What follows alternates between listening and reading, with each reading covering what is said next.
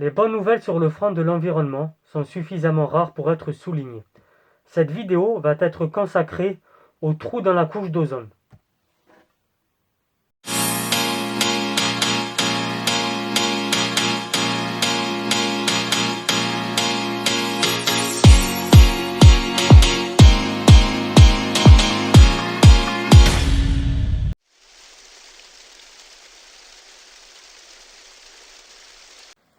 Bonjour à toutes et tous, citoyens éclairés, salam alaikum, welcome, hola, qu'est-ce que j'espère que vous allez bien.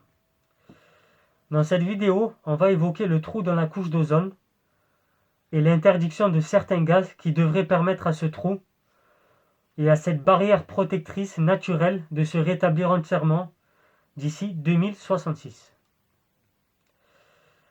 Tous les 4 ans, un rapport d'évaluation constitue l'état le plus abouti des connaissances scientifiques et est publié par des experts du monde entier. Le rapport de 2022, sous l'égide de l'OMM, qui est l'Organisation météorologique mondiale, et du Programme des Nations Unies pour l'environnement, PNUE,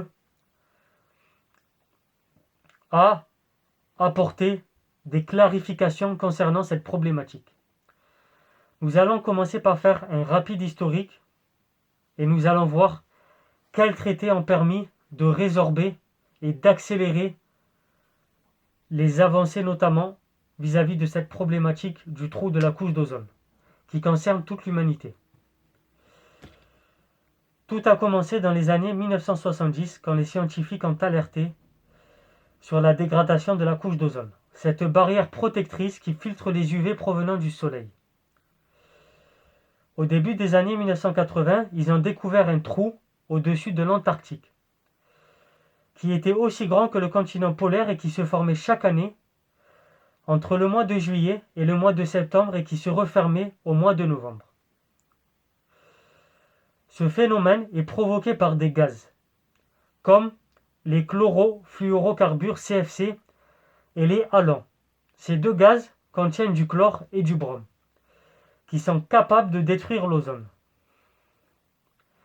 Ils étaient massivement utilisés pour rappel dans la fabrication des produits du quotidien, comme les réfrigérateurs, les climatiseurs, les aérosols et les mousses d'isolation. Quels traités ont permis une amélioration vis-à-vis de la réduction de ces gaz? C'est ce qu'on va essayer de voir dans cette vidéo. D'abord, le protocole de Montréal qui a été signé en 1987 et qui est maintenant ratifié par 198 pays. C'est ce protocole qui a interdit les substances appauvrissant la couche d'ozone depuis 1996 pour les pays développés et depuis 2010 pour les pays en développement. Mais le problème avec ces gaz, c'est leur longue durée de vie. Ces gaz vont durer entre 50 et 100 ans et donc ces gaz n'ont pas disparu de la stratosphère, qui est cette région de l'atmosphère qui s'étend entre 15 et 50 km d'altitude et qui contient donc la couche d'ozone. Malgré l'interdiction, on trouve encore ces gaz aujourd'hui, c'est pour ça qu'il faut continuer les efforts. Ce rapport a confirmé que les concentrations de chlore et de brome poursuivent encore aujourd'hui leur lente baisse. La baisse, elle est effective, mais elle est très lente, comme je vous l'ai dit. Les politiques actuelles restent en place. La couche d'ozone devrait retrouver entre environ, ils disent, dans les années 2066. Si on poursuit les politiques actuelles, 2045 au-dessus de l'Arctique et 2040 dans toute la planète, vis-à-vis de la couche d'ozone pour retrouver son état d'avant 1980, je tiens à préciser. Donc, selon ces experts, c'est un péril pour l'humanité qui a été évité.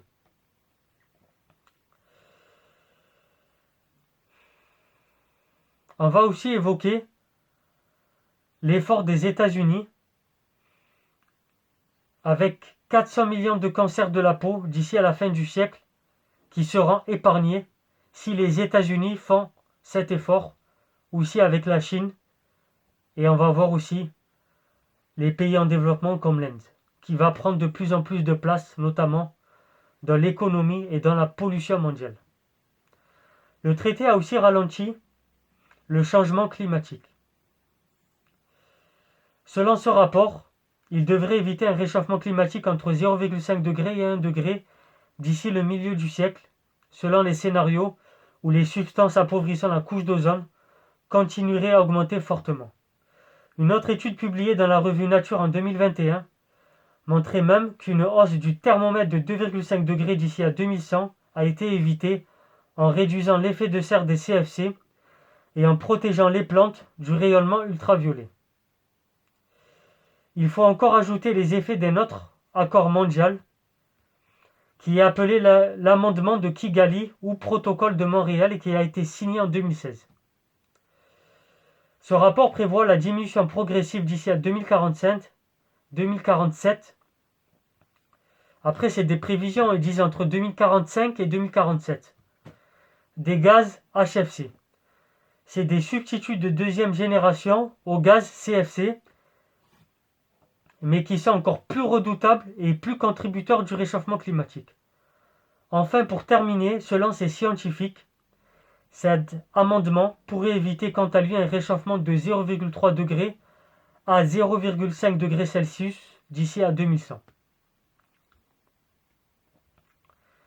Pour terminer, le groupe d'experts met en garde aussi contre un phénomène qui est souvent omis par les médias. C'est un phénomène de géo-ingénierie. Je parle de l'injection d'aérosols dans la stratosphère. C'est une méthode, puisque l'homme joue à l'apprenti sorcier, donc c'est une méthode qui est très controversée et qui est envisagée par certains scientifiques et décideurs politiques pour augmenter la réflexion des rayons du soleil et donc pour réduire le réchauffement climatique. Le rapport montre qu'une injection permettrait de réduire le réchauffement de 0,5 degrés dans les 20 prochaines années et qui ramènerait le niveau d'ozone à leur minimum des années 90. Par contre, cette limite, ce groupe d'experts met en garde contre les conséquences de cette pratique et il dit qu'on ne connaît pas encore les effets si on commence à injecter notamment ce genre de produit dans l'atmosphère. C'était Soso l'Intello. Passez une bonne journée à toutes et à tous, citoyens éclairés.